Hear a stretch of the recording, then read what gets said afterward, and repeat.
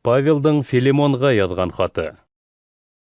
Ҡәҙерле дуҫыбыҙ һәм хеҙмәттәшебеҙ Филимонға һәм уның йортонда йыйыла торған имандаштар берҙәмлегенә, имандашыбыҙ Апфия ханыма, көрәштәшебеҙ Архипҡа, Ғайса Мәсих хаҡына тотҡонлоҡта ултырыусы Павелдан һәм имандашығыҙ Тимофейҙан хат. Атабыҙ Алланан һәм Раббы Ғайса Мәсихтән һеҙгә мәрхәмәт һәм именлек булһын. Доғаларымда һине, Филимон, иҫкә алып, Аллама һәр ваҡыт рәхмәттәр уҡыйым. Сөнки Раббы Ғайсаға булған иманың һәм барлыҡ изгеләргә ҡарата мөхәббәтең тураһында ишетеп йөрөйөм.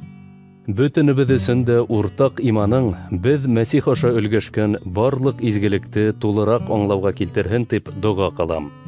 Һинең ошо мөхәббәтеңдә, имандашым, мин оло шатлыҡ һәм йыуаныс табам. Сөнки изгеләрҙең күңелдәре һинең аша сафланды.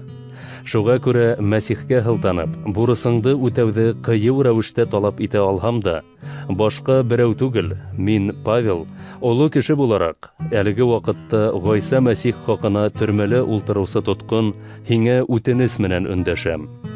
Бында төрмәлә үҙемдең улым тип һанаған берәү хаҡына һиңә мөрәжәғәт итәм.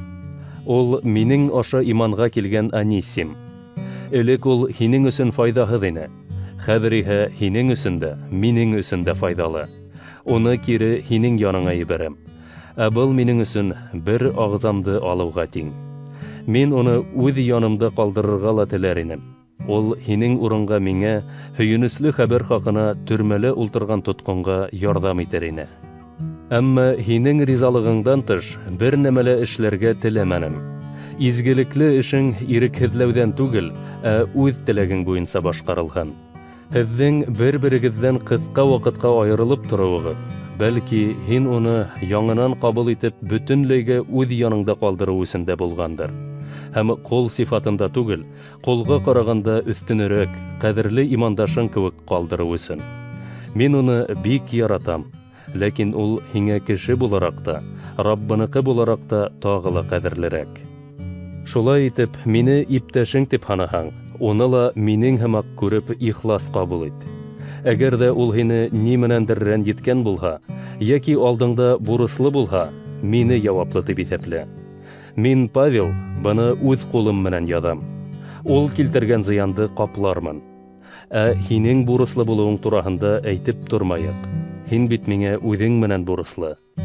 Шулай, имандашым, Раббы хаҡына хәҙер инде мин дә һинең файҙаңды күрергә теләйем. Мәсих аша имандашым булараҡ, йөрәгемде сафландыр. Мин һиңә үтенесемде кире ҡаҡмаясағыңа ышанып, һәм хатта һорағаныма ҡарағанда күберәк эшләйәсәгеңде белеп яҙам. Шулай уҡ үтенәм, минең өсөн дә бер бүлмә әҙерләп ҡуй. Сөнки доғаларығыҙға яуап итеп, Алла һеҙгә ҡайтыуымды бүләк итер тип өмөтләнәм. Минең менән бергә Ғайса Мәсих хаҡына тотҡонлоҡта ултырыусы Епафрас һәм хеҙмәттәштәрем Марк, Аристарх, Димас һәм Лука һиңә сәләм әйтәләр. Раббы Ғайса Мәсихтең мәрхәмәте һеҙҙең рухығыҙ менән булһын.